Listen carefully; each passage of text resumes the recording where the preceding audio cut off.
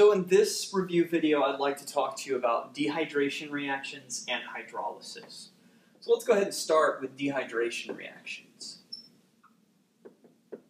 Now, a lot of students make the mistake of thinking that these particular reactions are the ones where molecules are starting larger and then being broken down into smaller subunits, and that is not correct.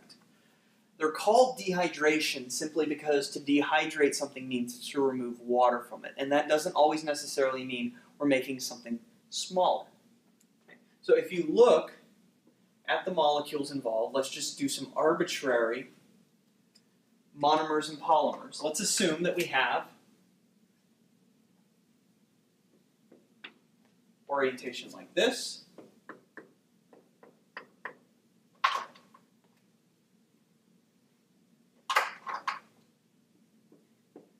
Okay, so I have a small polymer and a monomer, and I would like to link those two things together. So there's going to be an enzyme involved in this process, which we don't need to know, but essentially what this enzyme is going to do is it's going to place stress on this bond here and on this bond here. It's going to make it energetically unfavorable to retain those bonds. And as a result, this bond and this bond are going to break. And when they do, this hydroxyl, or OH, and this hydrogen are going to leave each of their respective molecules and combine. We've got two hydrogens, and we've got one oxygen. So we literally remove water by combining this OH and this hydrogen. Now, if we look closer, here and here, let's zoom in, shall we?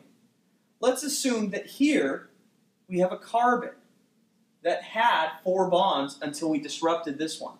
So it now only has 3 bonds. And over here, let's assume we have the same kind of scenario. A carbon that had 4 bonds until we disrupted its bond with this hydrogen. So we now have 2 carbons that don't have full valence shells, and they need to fill those valence shells. And they're going to do that by sharing the 1 electron that they have that is unpaired with each other, thereby forming a bond. And so the end result of all of this is that this carbon here now forms a covalent bond with this carbon here, and we now wind up with a larger polymer. So if we're taking smaller molecules and we're combining them to make larger molecules, that's an example of a dehydration reaction. We did this when we made polymers for carbohydrates, when we made the polymers for proteins, and when we made the polymers for nucleic acids. So if we're making polymers, we're using dehydration reactions. Now, hydrolysis is the inverse of this. Let me go ahead and erase some of this here so we can simplify the look of this, just to make it a little easier on the eyes.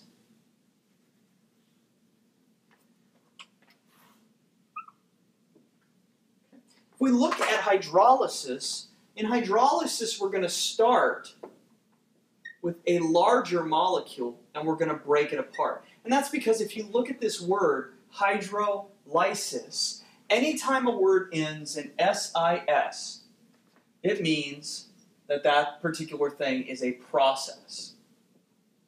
Okay? To lyse something means to split or break it apart.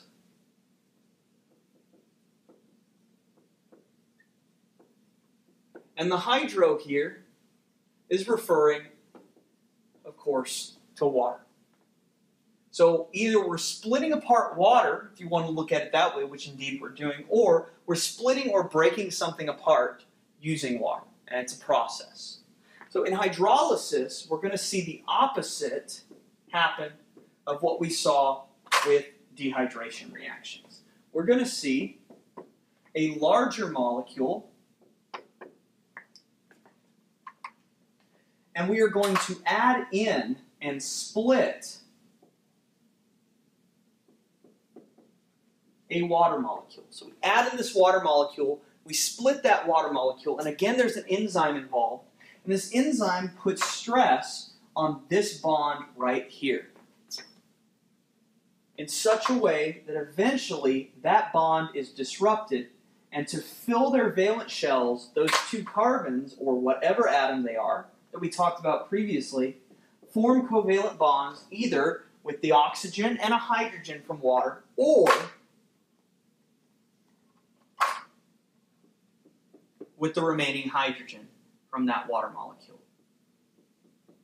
So as you can see, these two processes are the inverse of one another.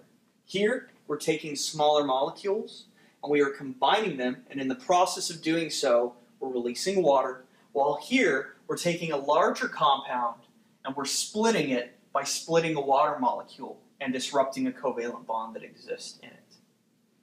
And these two processes are constantly used back and forth inside of your cells. Okay? This process is used a lot when you begin to chew food and it goes down to your stomach. Inside your stomach with all that acid, there's going to be a lot of hydrolysis performed. Okay? But it can be performed in other areas of your body and cells as well. And the same is true for dehydration reactions. This is how we're going to build larger molecules. In the lectures, we're going to predominantly focus on this when we start talking about generating polypeptides or new sequences of DNA. Just understand, this is used to make larger molecules. This is used to break larger molecules down into smaller subunits. So that is dehydration reactions and hydrolysis.